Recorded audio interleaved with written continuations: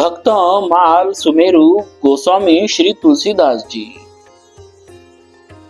कराल कलिकाल के कपटी प्राणियों का उद्धार करने के लिए आदि कवि महर्षि वाल्मीकि ने गोस्वामी श्री तुलसीदास जी के रूप में अवतार लिया। आदि कवि ने त्रेता युग में श्री रामायण नामक प्रबंध महाकाव्य लिखा,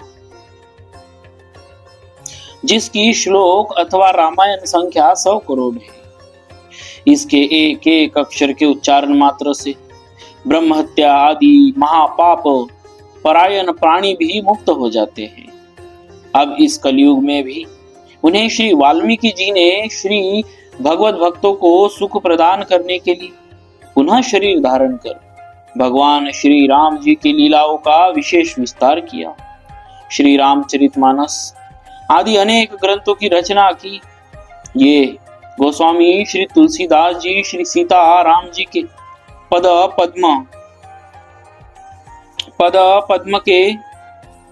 पद्य के प्रेम पराग का पान कर सर्वदा उन्मत्त रहते थे और नियम निष्ठाओं का पालन दृढ़ता से करते थे।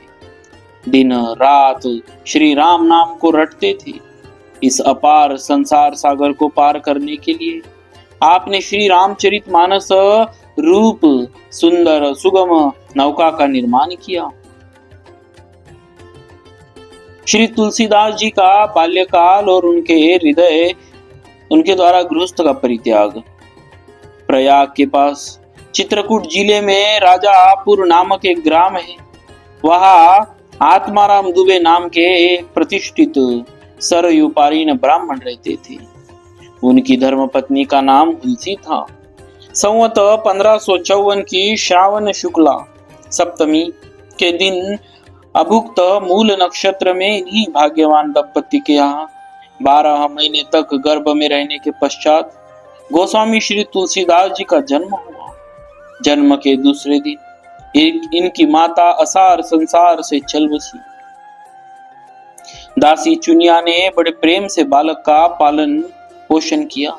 जब तुलसीदास जी लगभग 5.5 वर्ष के हुए, चुनिया का भी देहांत हो गया।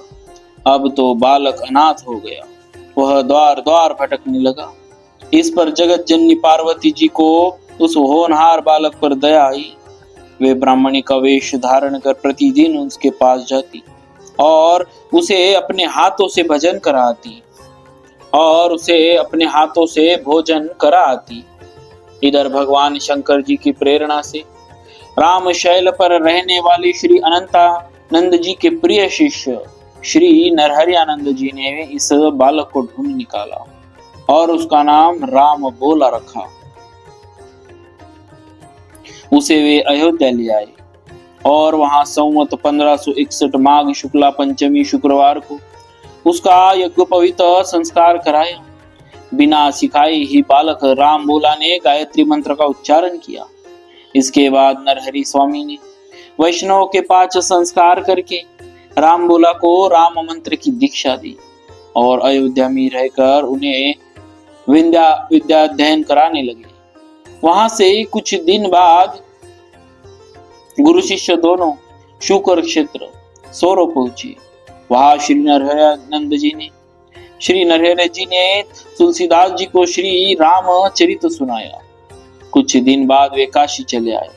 काशी में शेष सनातन जी के पास रहकर तुलसीदास जी ने 15 वर्ष तक वेद वेदांग का अध्ययन किया। तत्पश्चात अपने विद्या गुरु से आज्ञा लेकर वे अपनी जन्मभूमि को लौट आए। वहां आकर उन्होंने विधि पूर्वक अपने पिता आदि का श्राद्ध किया और वहीं रहकर लोगों को भगवान श्री राम की कथा सुनाने लगे। संवत 1583 ज्येष्ठ शुक्ला 13 गुरुवार को भारद्वाज गोत्र की एक सुंदरी कन्या के साथ उनका विवाह हुआ और वे सुखपूर्वक अपनी नवविवाहिता वधू के साथ रहने लगे। एक बार उनकी स्त्री अपने भाई के साथ मायके चली गई। पीछे पीछे तुलसीदास जी भी वहां जा पहुंची। उनकी पत्नी ने इस पर उन्हें बहुत धिक्कारा और कहा, मेरे इस हाड़ मांस के शरीर में जितनी तुम्हारी आसक्ति है उससे आदि भी यदि भगवान में होती तो तुम्हारा बेड़ा पार हो गया होता। तुलसीदास जी को ये शब्द लग गए। वे एक क्षण भी नहीं रुके, तुरंत वहां से चल दिए। वहां से चलकर तुलसीदास जी प्रयाग आए। वहां उन्होंने गृहस्थ वेश का परित्याग कर साधु वेश ग्रहण किया। फिर तीर्थाटन करते हुए काशी पहुंचे। काशी में श्री हनुमान जी से भेंट। काशी में तुलसीदास जी राम कथा कहने लगे। वहां उन्हें एक दिन एक प्रेत मिला, जिसने उन्हें हनुमान जी का पता बतलाया। हनुमान जी से मिलकर तुलसीदास जी ने उनसे श्री रघुनाथ जी का दर्शन कराने की प्रार्थना की। हनुमान जी ने कहा, तुम्हें चित्रकूट में श्री रघुनाथ जी के दर्शन होंगे। इस पर तुलसीदास जी चित्रकूट की ओर चल पड़े। चित्रकूट पहुंच पर राम घाट पर उन्होंने अपना आसन जमाया। एक दिन वे प्रदक्षिणा करने निकले थे। उन्होंने देखा कि दो बड़े ही सुंदर राजकुमार घोड़ों पर सवार होकर धनुष बाण लिए जा रहे थे। तुलसीदास जी उन्हें देखकर मुग्ध हो गए, परंतु उन्हें पहचान न सके। पीछे से हनुमान जी ने आकर उन्हें सारा भेद बताया तो वे बड़ा पश्चाताप करने लगे। हनुमान जी ने उन्हें सांत्वना दी और कहा, प्रातःकाल फिर दर्शन होंगे।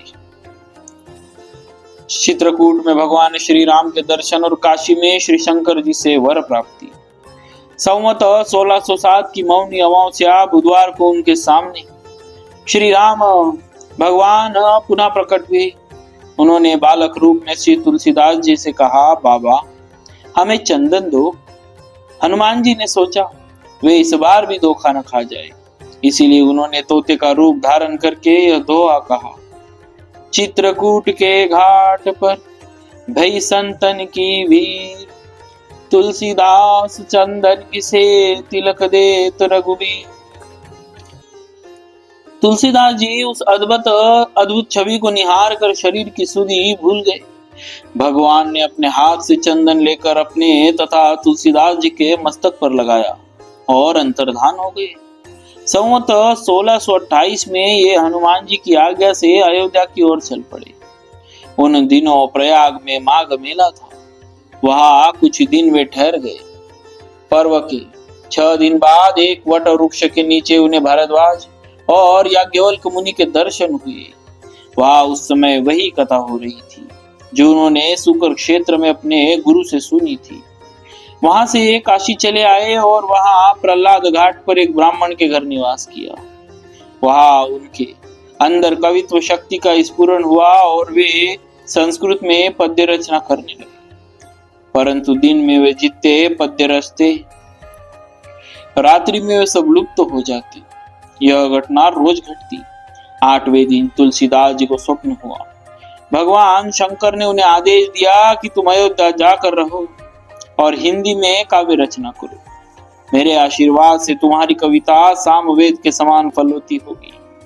तुलसीदास जी उनकी आज्ञा शिरोधार्य कर काशी से अयोध्या चले आए। संवत 1631 का प्रारंभ हुआ।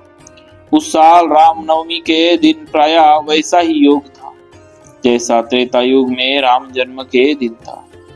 उस दिन प्रातःकाल श्री तुलसीदास जी ने श्री रामचरितमानस की रचना प्रारंभ की। 2 वर्ष 7 महीने 26 दिन में ग्रंथ की समाप्ति हुई।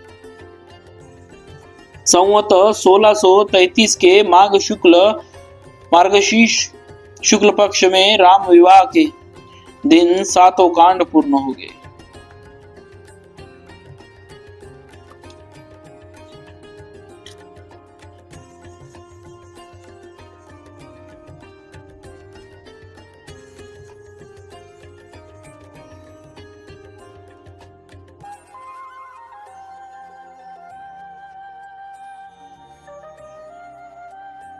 संवत 1631 का प्रारंभ हुआ।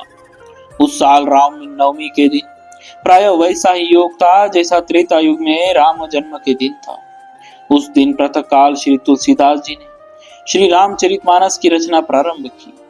2 वर्ष 7 महीने 26 दिन में ग्रंथ की समाप्ति हुई। संवत 1633 के मार्गशीर्ष शुक्ल पक्ष में राम विवाह के दिन 7 कांड पूर्ण हो गए। इसके बाद भगवान की आज्ञा से तुलसीदास जी काशी चले आए। वहां उन्होंने भगवान विश्वनाथ और माता अन्नपूर्णा को श्री रामचरितमानस सुनाया। रात को पुस्तक श्री विश्वनाथ जी के मंदिर में रख दी गई। सवेरे जब पोट खोला गया तो उस पर लिखा हुआ पाया, सत्यम शिवम सुंदरम, और नीचे भगवान शंकर की सही थी। उस समय उपस्थित लोगों ने सत्यम शिवम सुंदरम की आवाज भी अपने कानों से सुनी। बोलिए श्री सीताराम जी महाराज की जय। श्री तुलसीदास जी भगवान की, भक्तवत्सल भगवान की जय। भक्तों, तुलसीदास जी के जीवन चरित्र का भाग 2 वीडियो अगले भाग में